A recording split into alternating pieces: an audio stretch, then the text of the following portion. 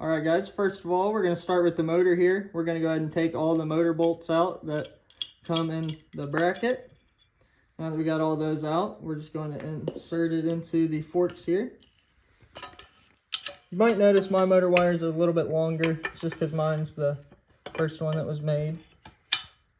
And now you're just going to slide the bolt through like you would installing any other motor. And now you're going to go on the back side there and put your nut on. And then just repeat that for all four. You don't want to get them real tight yet because we're going to align this with the chain. So we're going to go ahead and put all four of those in. Alright guys, we're going to go ahead and just slide the chain on now before we put the wheel on. And it works with the stock tensioner. And then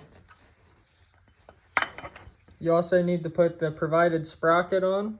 Just loosen those four bolts with the nuts on the back and you'll be able to put that new sprocket on. And now just reinstall the wheel like you would doing a tire swap. You can see the chain alignment's way off right now, so that's why we didn't tighten these all the way. So we're going to slide the bracket over. I actually tightened mine a hair too much, but we're still going to try to get it here. Sometimes helps if you... There we go. So as you can see, our chain alignment is a whole lot better now. You can slide it to get it perfect. But for video's sake, I'm just going to leave it right there. And then you just need to get your wrench, stick it right up in here, and tighten that bolt. And that's a 10mm wrench, 4mm Allen. Plugging in the motor wires now. I already have mine pre-zip tied, so we're just going to go ahead and plug in the bullet connectors here. For added safety, if you want, you can wrap some electrical tape around them as well to keep them secure, but they are pretty tight.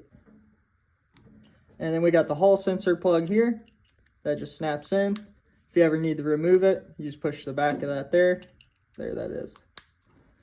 And now we're just going to zip tie this all up into here. Wrap some zip ties around the fork here. And then we're going to start with the hall sensor plug since that's got the biggest. And we're just going to feed it right through where the throttle goes. That little hole right there. And then do the same with the bullets, one at a time.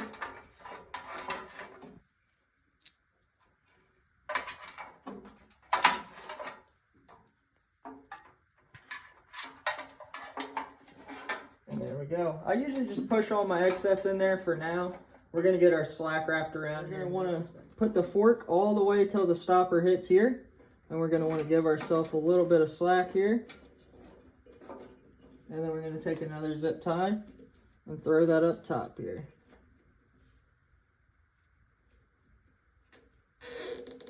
Now before you tighten everything down too much, just make sure it goes all the way around both ways, no issues.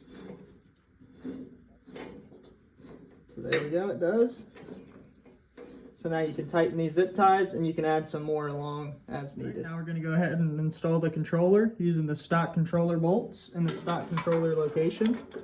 All the power switch here using the stock 2 bolts, and then we can go ahead and plug that in to the top left port here.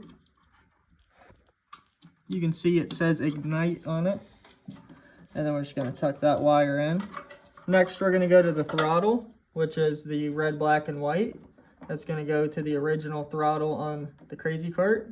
And that just goes on the top 3 pins. And that doesn't take up the full 6. And now we got our motor phase wires. So that's our yellow, blue, green. So we're going to go ahead and plug those in here. And those are bullet connectors as well. It's the same suggestion. If you want to put electrical tape on them, you definitely can. But I will have replacement motor wires, so if you ever break something, they will be quick connect. So now we have our hall sensor wire that's going to go right under the ignite. You can see it says hall right there, and that's where this is going to go. So there we go. Other than battery, we're all plugged in. There we go, guys. Now we're ripping.